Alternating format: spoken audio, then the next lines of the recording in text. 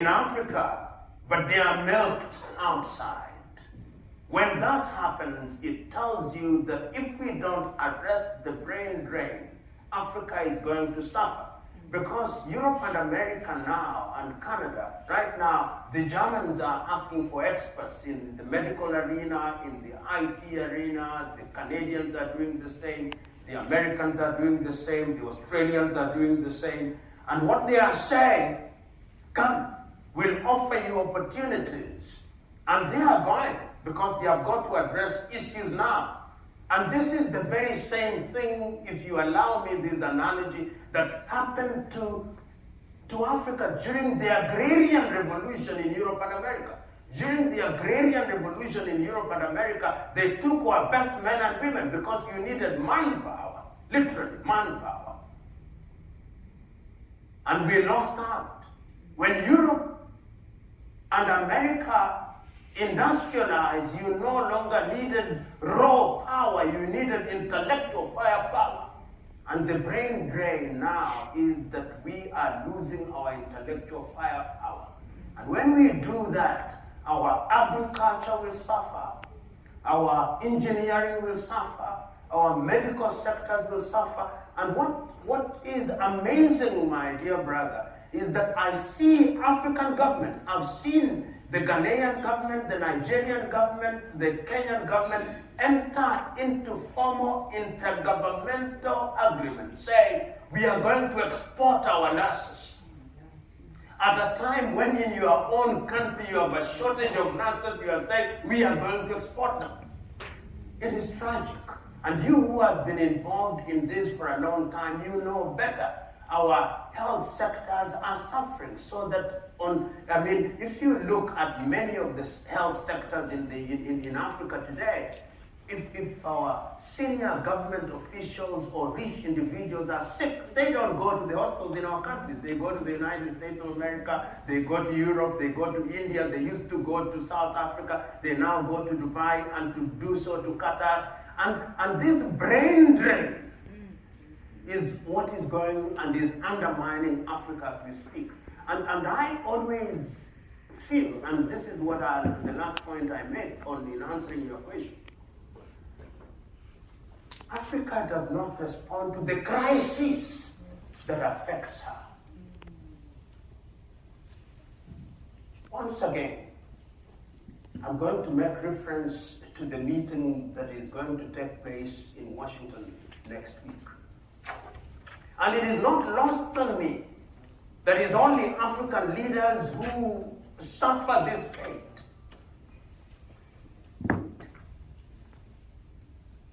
Either they are in India meeting the Indian president, the 55 of them, or they are in Tokyo, or in Sochi in Russia, or in Istanbul in Turkey, or in Brussels in Belgium, or in Beijing in China, or in Washington, D.C. 2 weeks ago, the Asians were meeting in Phnom Penh, in Cambodia. They were not summoned to Washington, D.C. They called Biden, and he met them in Phnom Penh. Because it is easier for President Biden to go to Africa. In Addis, shorter, cheaper. But you see next week the private jets that will invade Washington, D.C. where you reside. The amount of money that will be spent during that period conservatively will be no less than $5 billion United States dollars to keep African presidents and their delegations. Some of them, advanced parties, are already in Washington, D.C., booking whole hotels. Will they discuss immigration? No, they will not. Will they discuss brain drain? No, they will not. Will they discuss the mining of our resources? No, they will not. Will they discuss our education system? No, they will not. Will they discuss our agriculture? No, they will not. What will they discuss? They will possibly discuss what the position Africa should take in the Ukrainian war. They'll possibly discuss whether we should strengthen our bilateral relationship with the United States as against China. They'll possibly be discussing about climate change and carbon credits. That is all they will be discussing. But is that discussion relevant to the person who has just gone through a war in Asmara or in Mekelle or Bangui in Central African Republic, or those who are suffering in Nouakchott in Mauritania? No.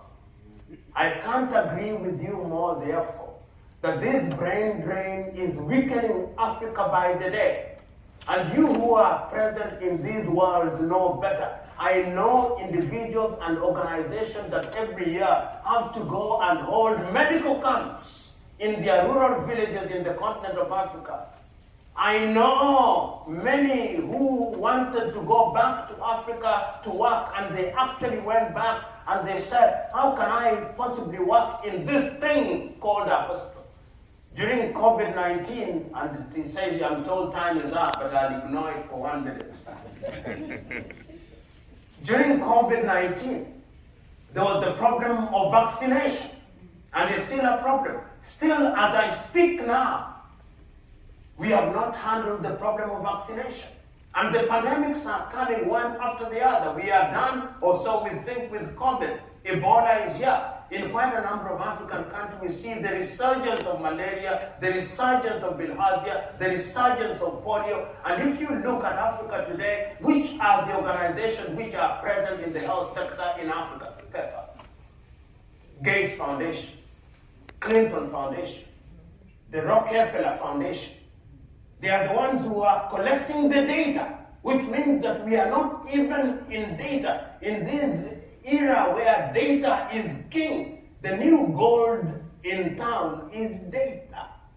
The new gold in town is Internet of Things. It is nanotechnology. And we are not getting there because we are not funding research. Africans took the view that we are going to increase our funding to research to 2% of our GDP 10 years ago. Zero. None of the African countries have reached it except South Africa. We said that we are going to spend 15% of our budget in health. Zero. No country. Tanzania and Mauritius and Seychelles are the only ones who reach 10%. Brain drain is a debilitating event. Thank you. And such as yourselves, women such as yourselves, have a duty to the continent, have a duty to humanity, and have a duty to ensure that you leave the world better than you found it. And how best to do that than to ensure that we enjoy comfort in this God's world, so that when you are gathered, your fathers and your mothers, you say, when I was alive, I made my contribution. You, Dr. Jean, and your team, you are making your contribution, and I have no doubt that the divinities looking from upstairs are saying, go forth. And we who are here are telling you, go forth. Let all hands be on deck. Thank you very much. God reached out to African American. All of us came because of all the struggle they did. Yeah. So I think, the first time I realized when I was working with them, my goodness, I hadn't reached out. So that gives me an idea, because if they can survive, and I'm telling you, the tragedy of the African American experience is something I think we all need to think once in a while.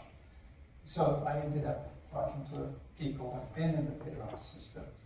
I was shocked how many of them came to me in a very proud way. One of us are here, which is incredible. And they want to tell me everything, and I learned a lot, the first Prime Minister of India, Nehru, once said, live life as if today is your last day. That learn as if you'll be forever. So I think that the best way to navigate any system is to learn every day. And learning doesn't necessarily have to be for somebody who's already educated. You can learn from anybody. And I learned from guys who drive the car, from the security guards, the cleaning ladies who've been there for 25 years. They give me a lot of advice. So I encourage you to survive any system. The best thing is learn the system by studying the system. Whether it's in business, in Africa, the African diaspora, one of the challenges we have is if somebody opened a restaurant, we say, oh, I want to open a restaurant. Yeah, somebody does this, or I want to open my own organization, or I want to do my, without thinking, without going to some sort of a SWOT analysis, without checking your strengths, your weaknesses, all of that process. We just jump because we think, everything is good.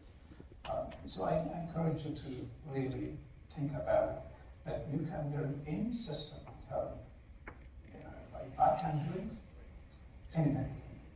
I worked with the Pentagon for 6 years because we had a crisis. I only had 2,500 followers at that time. I'm up to 21,000 now. Okay? I'm closer to 1 million than I was the year before. But I'm climbing. And Professor, as I'm climbing, I'm not climbing by myself. I'm turning back to you. Because what? I understand you're a leader. You're a powerful leader in this world. And my question to you is, what do you want? And how can I help to get you there? If you're clear about that, I can help you climb. If you're clear. Yes. If you're not clear, I'm going to have to let you go and let you figure it out. Yes? No one has more power than me. No one. Do not allow this society to make you think that someone has more power than you. They don't. Which is why we every day on the news, we hear about wealthy people who are self-destructing. Do you know why? They got the stuff, but they don't have the power. You hear what I'm saying? Yes. When you understand your power and who you really are, and the fact that you can make a decision and change some things, what happens then is that you can create different things on this side, and the stuff doesn't matter to you anymore. So whether you have a lot of money or a little money, a lot of stuff or no stuff, doesn't matter. You can still keep lifting, and you can still keep pulling someone who is climbing, and you can still keep climbing and lifting and pulling someone with you, right? Just one last declaration, because I think you need to make the declaration. Ready? No one has more power than me. No one has more power. Come on now, you don't actually believe it. You have more power than me. No one has more power. Oh, you got to know that you got to know that you got to know that. We just adopted a new community in Kisumu, Kenya. Husband-wife team who wanted to bring my teaching to their village. I just got off of a Zoom call just Wednesday morning with 40 young Kenyan people, teaching them about leadership on a screen. Why? Because I'm going to use every bit of technology to get this to hundreds of millions of people. Because there's enough craziness on the World Wide Web, and I'm going to just flood it with my goodness. You're going to see my face all the time. Make sure you follow me on Facebook. You'll see me show up all the time. You'll hear my voice all the time. Why? Because it's so needed. And I want my young Kenyan people to know that you can do this thing. What is the definition of leadership? Trusting yourself enough to follow yourself. Trusting yourself enough to follow yourself. Knowing yourself enough to follow yourself. Definition of a leader. Understanding that everyone matters. Everyone. Regardless of their education level, regardless of their status, everyone matters in leadership. In your teams, you may have some team members who are just ready to do amazing things for your organization, but guess what? If you don't treat them like they're a leader, they'll never show up for you. And the question is, as you climb in your organization, as an individual, who are you lifting?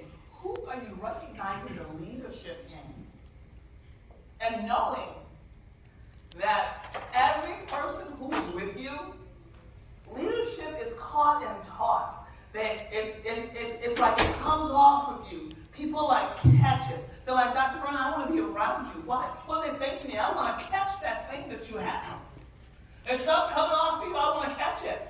But then I also have to teach you exactly, here is how leadership works. For example, leadership will work for you if you're clear about what you want. Another example, leadership will work for you if you're clear about where you're going. Now, I will never tell you leadership knows exactly how to get there. No, we don't. You don't know how to get there. Life will show you how to get there. As you live out and walk out your power, as you live out and walk out your leadership in confidence, knowing what you want and where you want to go, life will make a path for you. But I can't take you anywhere if you don't know where you want to go. So you add to me. I add to you because I'm called to lift you. I'm called because I'm climbing. I want to lift you as I climb, right? And if you never do anything for me, it wouldn't matter because I'm just adding to you. I'm bringing what's called added value to your life. That is an adder. I recommend that you have 5 solid adders in your life. 5 of them. They don't have to be your best friend. They don't even have to be your family. But you have to have at least 5 to really be lifting you as they're climbing. Adders are going places and they'll take you with them. Secondly, is subtractors. These are people who take things out of your life. They take any and everything that they can get. And subtractors, for the most part, are socialized. In other words, their entire families are socialized to be subtractors. They've been taking things out of each other's lives for a very, very long time. They take away your emotional energy. They take away your resources. They take away any and everything that you will allow them to take away. Subtractors will take from you. Their lives are full of drama. Their lives are full of drama. And they have a lot of problems. And they don't want to solve their problems. They just want you to be a part of the chaos because they live in constant chaos. And so when you get connected with subtractors, the only way for your life to go is down. Subtractors are not climbing. Subtractors they're stationary and they're stuck on their past failure. Right? They're stuck in their past failure and their fear. So they stay right here. They're not climbing. They're just stationary right here. And what they want for you is to stay right there with them. So they've been in the same space for 20 years. And you cannot add to a subtractor. So I'm going to leave that there and let you ponder on that. Number 3, dividers. These are dangerous people. They care only about themselves. They're controlling and manipulative. And what they will do is they will do any and everything to destroy you. In the professional world, they're dangerous people. In the professional world, they will go after your character. They will go after your position. They will go after just destroying you professionally. You won't be able to find work again after the divider gets you through with you. And here's what they say to you: if you don't do it my way, I will destroy you. If you don't do everything for me, I will destroy you. And they're very clear about that. In your personal life, they literally will physically destroy you. They will kill you if they have to. Why? Because that's who they are. They're dangerous people. The only good thing about dividers is that there's very few of them. Most people are subtractors. They're just clueless. They're so used to taking things out of your life. They're socialized. And then there's amazing multipliers. And Dr. Jean, I am on my way to being a multiplier. I'm pretty close. I'm an amazing adder. I'm adding all over the world. Just yesterday at a conference with the government IT symposium, I had 2 gentlemen come up to me, one from Pakistan and one from India, and they said, we've got to get this work to to our communities in Pakistan and India. We have to get this work. This is what people need. They need to hear this and know this. I said, absolutely, absolutely. So I'm in a place where I'm beginning now to see multiplication. And what's multiplication? These are people who take your vision and make it happen. Right? You say, here's what I want to do, and they say, I can make that happen for you. And they are only interested in people who actually want to go somewhere and do something good for the world. They are not interested in multiplying, subtracting behavior. They're looking for severe adders. So those are the 4 types of powerful people. So when I say, who do you want to be as a leader? What kind of leader are you going to be? Are you going to be a leader who's an adder, a subtractor, a multiplier, or a divider? Read about it, study it. Dr. Gina, I have my own book. My own book is tattered and torn. I take it with me everywhere I go. I read it for myself. Why? Because I understand that this book here, I was simply a vehicle that God gave. God said to me, write this book, and I was a vehicle to say yes to writing it. But I don't own it. I mean, this is like divine information. I don't own this. I was simply a vehicle to get it out to the world, and I'm so thankful for that. And who are you lifting? I'm going to add one more question for you. You wouldn't be in this room if you weren't climbing towards something. So my question for you is, what are you climbing toward? What are you climbing toward?